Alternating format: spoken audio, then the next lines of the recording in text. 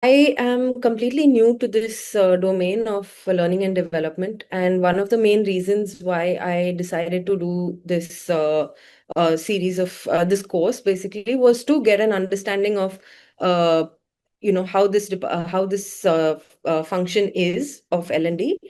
But what I discovered was far more than just the domain itself, and I think a lot of the credit of that goes to Nandita ma'am because of her vast experience and how much of it she willingly shares through these sessions. And I think all of our colleagues, I mean, everyone who was part of this session had so much industry specific knowledge that was very insightful. I'm someone who learns well from listening to people's experiences or basically listening to how people function within their organizations or departments. And that's why this course was not so text heavy or just purely based on the course material that was there for us, but also to learn from each other's experiences. And I think something that I want to highlight is it